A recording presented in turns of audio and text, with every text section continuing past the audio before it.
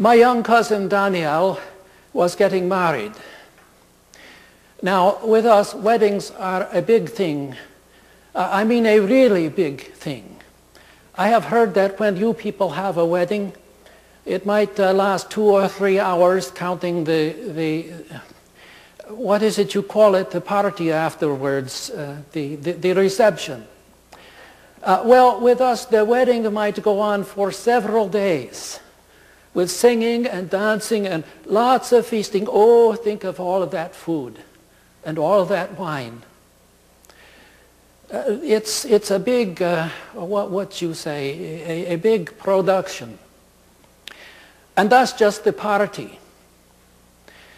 We don't have like a thing where the village rabbi gets up and says, you take this woman for your wife, yes? You take this man for your husband, yes? Okay, you married. No, it has all been set up by the parents, maybe years ago. The bride's dad, he go to the groom's dad, and he says to him, I give you so much money, your son take my beautiful daughter for his wife.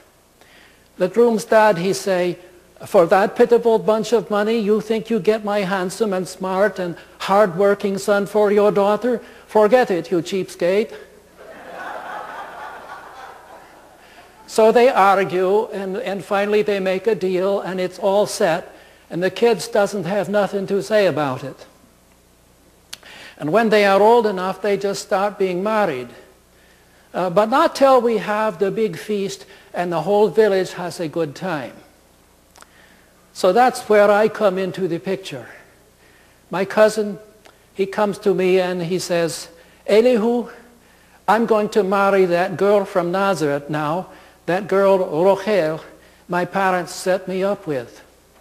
And my dad wants you to be the steward for the wedding, okay? I say, that's a big job. All those singers and players to get together, all that food and all that wine. How many you figuring to have come to this thing? He says, oh, on our side, just our relatives and close friends. Of course, that's the whole village of Cana. Then I ask him, and how many on her side? He says, I don't know. She has a big family in Nazareth, but I don't know how many are coming. I say, okay, no problem. We take care of it.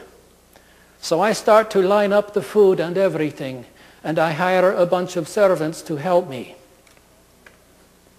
Well, I should have looked into it more, because you know how these things can get out of hand. This girl, Rochel, had a big family, and her parents had a lot of friends in Nazareth.